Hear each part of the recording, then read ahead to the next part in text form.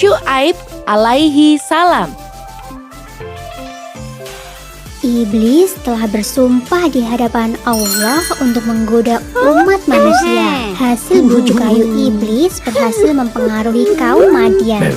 Kaum Madian dikaruniai rezeki yang melimpah dan kecerdasan dalam berdagang. Namun sayangnya, mereka telah terjerumus dalam kesesatan. Mereka telah melupakan ajaran yang benar dan berganti menyembah Al-Aikah, sebuah pohon yang sangat besar dan berdaun lebat.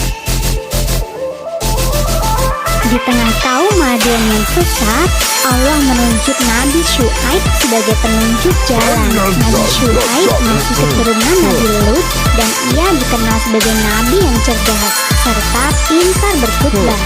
Nabi Syuaib begitu keras menyerukan agar kaum Madian berhenti menyembah pohon Al-Aikah dan kembali menyembah Allah SWT. Sama seperti kaum sebelumnya, kaum Madian pun menentang seruan Nabi Syuaib.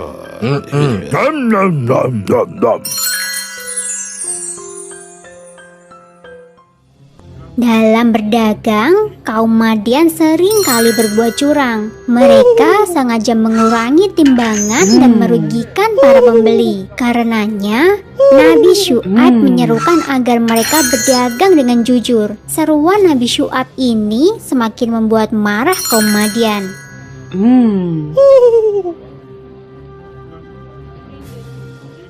Para pemuka kaum Madian sudah tidak tahan lagi dengan dakwahan Nabi Syuaib. Mereka pun berusaha mengancam Nabi Syuaib serta para pengikutnya. Jika Nabi Syuaib tidak menghentikan dakwahnya, maka Nabi Syuaib akan diusir dari Madian.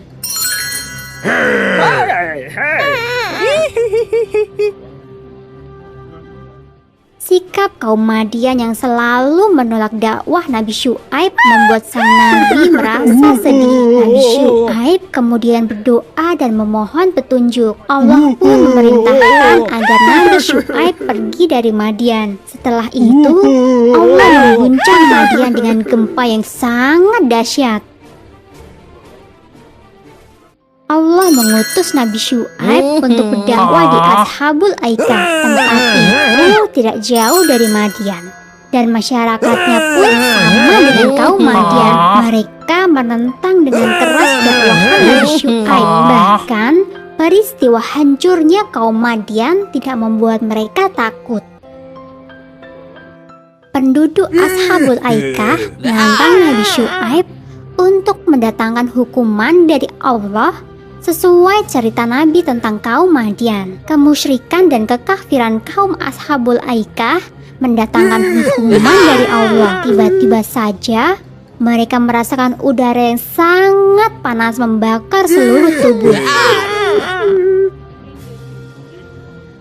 Hawa panas itu berlangsung selama 7 hari berturut-turut. Setelah itu, langit berwarna hitam pekat, menandakan hujan akan segera turun. Namun, yang turun bukanlah air, melainkan api batu bara yang menyala. Sungguh luar biasa hukuman dari Allah bagi kaum-kaum yang sesat dan tidak mau beriman.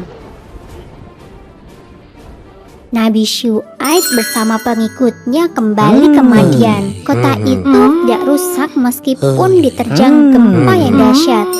Hanya orang-orang yang menentang Allah saja yang dimusnahkan pada hari itu. Setelah itu, Nabi Syuaib kembali meneruskan dakwahnya. Sumber dalam Al-Quran surat Hud ayat 84 yang berbunyi, "Dan kepada penduduk Madian kami utus saudara mereka Syuaib. Ia berkata, 'Hai kaumku, sembahlah Allah. Sekali-kali tiada Tuhan bagimu selain Dia, dan janganlah kamu kurangi takaran dan timbangan. Sesungguhnya aku melihat kamu dalam keadaan yang baik, dan sesungguhnya aku khawatir terhadapmu akan azab hari yang membinasakan.'"